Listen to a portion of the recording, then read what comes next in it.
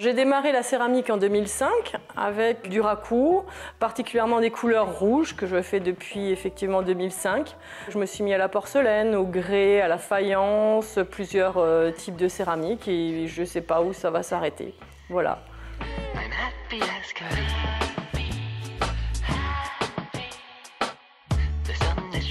La céramique, il y a plusieurs étapes. On commence par le modelage. Après, il y a la partie séchage, où là, effectivement, on ne fait rien, c'est juste un peu de patience. Après, il faut mettre les pièces au four pour les cuire une première fois, ce qui s'appelle le biscuit. On cuit pendant environ 12 heures à peu près 1000 degrés. Et après, il va y avoir cette partie émaillage. L'émail, c'est la partie, comme sur la vaisselle à la maison, une assiette est émaillée, sinon elle serait en terre et elle serait poreuse. Donc l'émail est cette partie vitrifiée que vous avez sur les céramiques, de tout genre d'ailleurs. Donc après, il y a l'émaillage, et soit en cuisson raku, soit en cuisson grès. Le grès, c'est une cuisson haute température que j'utilise beaucoup parce que je fais beaucoup de céramique pour l'extérieur et pour les jardins.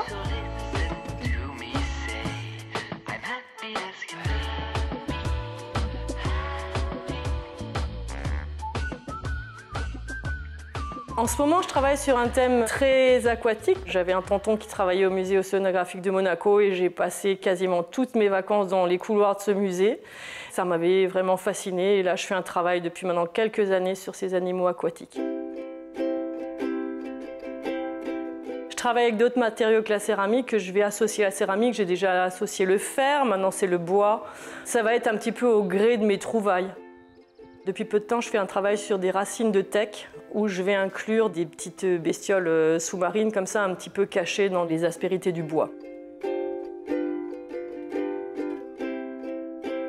Ce que je veux, c'est faire plaisir aux gens et j'adore, en faisant mes petits animaux marins, voir les enfants passer devant le stand en faisant « Waouh, t'as vu un nautile, waouh, t'as vu un hippocampe ?»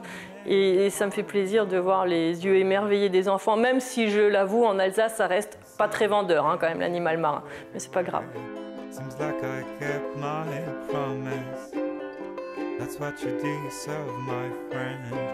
L'imagination, en fin de compte, est une petite partie du projet. Parce qu'après, le travail manuel, bien entendu, ça va être le tout. C'est super important qu'il y ait cette approche manuelle, parce que sinon, je pense que je serais lassée depuis longtemps. Mais là, on ne peut pas se lasser, c'est toujours différent. J'ai pas de contraintes, bien entendu, même si c'est professionnel, j'arrive toujours à faire ce que j'ai envie.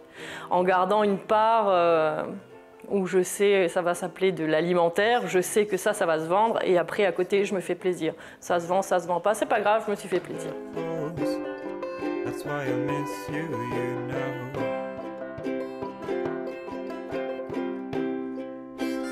La céramique et mon atelier, c'est mon échappatoire. En fait, ça va me permettre de me calmer, de me déstresser. Même quand je suis fatiguée, ça va me rebooster, de descendre à l'atelier. J'en ai besoin, c'est vital. Même en vacances, j'arrive plus à m'en passer plus d'une semaine. Ça va pas.